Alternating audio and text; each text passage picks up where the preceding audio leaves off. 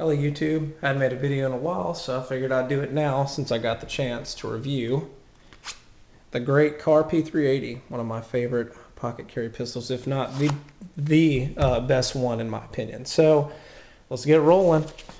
What exactly be the best use for the P380? Well, I think concealed carry is obviously number one, and I have car gun there if you're sort of like me and occasionally like to leave it in your car so that it's easily accessible for you if you just want to pop it in your pockets, run into a gas station or something like that, because as you know, you could get caught with your pants down and not have the gun on you in a time you need it the most when you didn't think you needed it. What's included in the box? Well, for the P380, I don't know why this won't focus. For the P380, you get two 6-round mags. With the CW, you don't. The CW is not really big on the market yet, and I'm going to explain the differences with that later. But you get all the standard stuff, you know, the usual lock, whatever, your little mags, whatever, all that stuff. So pretty standard in the box. It didn't come with any holsters or anything. Ergos with this one. I said the grip is very coarse from the factory, as most Kahr pistols are, and that's easily fixed with Talon grips. And you can also get an extended magazine for a full grip. So just like with my Kahr CM9 that I've reviewed previously, as you can see, I've got Talon grips on here. This is actually my dad's concealed carry pistol here, the P380. As you can see, we got Talon grips on this one too. Turns out working very nice because the stippling under here really bites into your hand after you shoot this thing a lot when it's, you know, recoiling, because the gun is really small. The same thing with the CM9. They're both very small little pistols. So the Talon grips definitely help to make it easier to shoot. It doesn't just rip up your hands as much as it would. So, or let's see, I forgot to mention the magazine part. So there is an extended magazine available. As you can see with the 6-round, when it goes in, it fits flush like that. Just like on my CM9, with its 6-round magazine, it also fits flush just like that. And then my CM9, I also have a 7-round mag that I carry with it. Sometimes, as you can see, gives you a full grip. You've probably seen that in another video before. Kahr does offer a 7-round mag for the P380 or the CW380, but they don't come with it from the factory. You have to buy that after. Sights, they're very minimal, but you know that's has a purpose. It's to not snag, especially if you're drawing out of your pocket.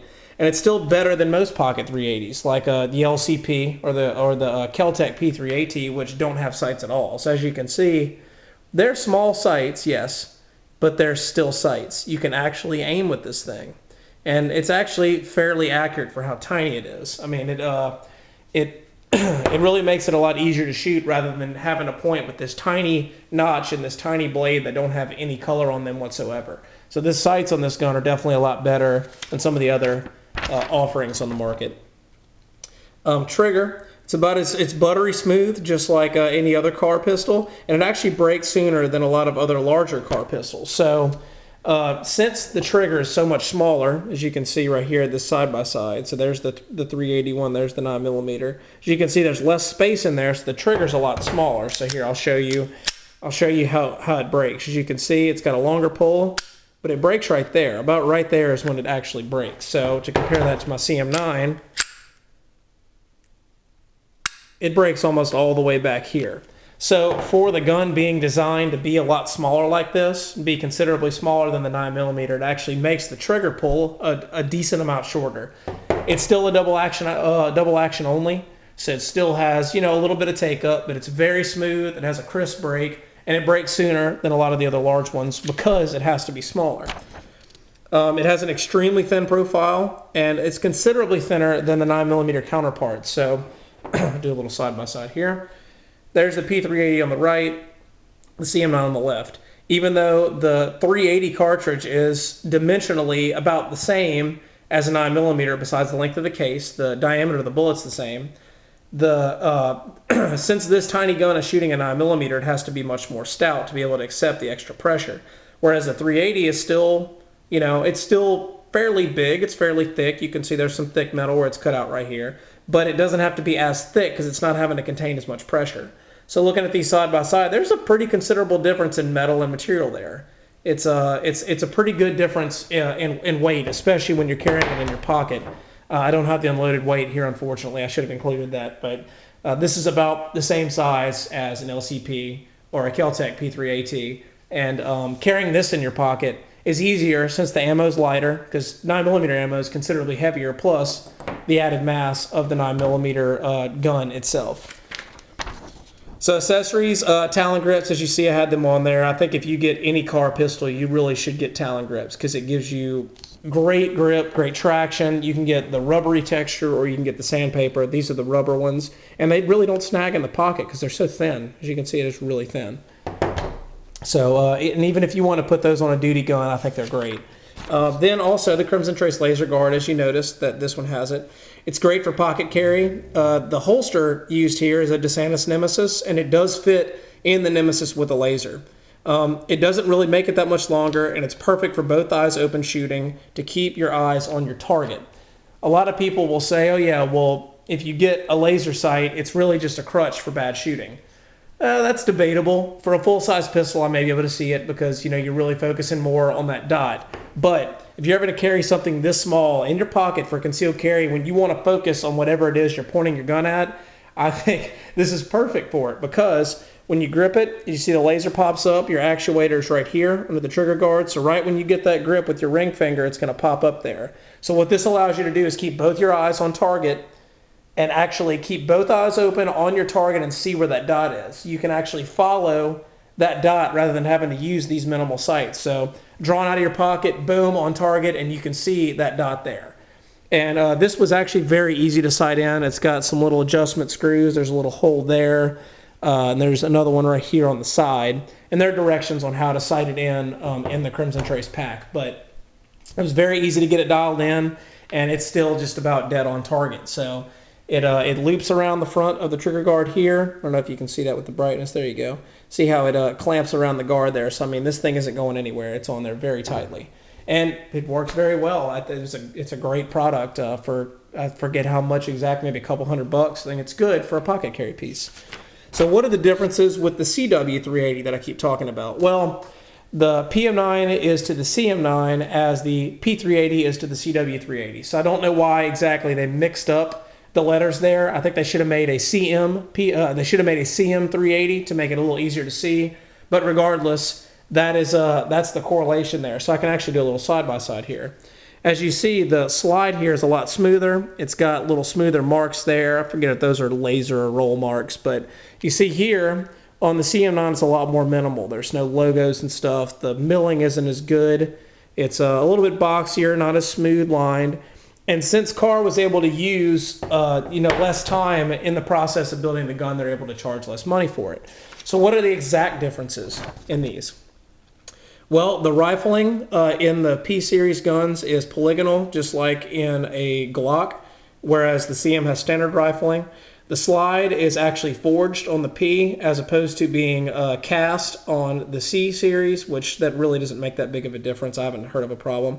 The roll marking, as I just showed you, or slide milling, okay, that has to do with the slide. The slide stop on the CM9 is cast, whereas it's forged on the P. The sights on the P380 are driftable, as opposed to it being driftable on the front and the rear, as opposed to on the C, where it's actually pinned in the front and driftable in the rear.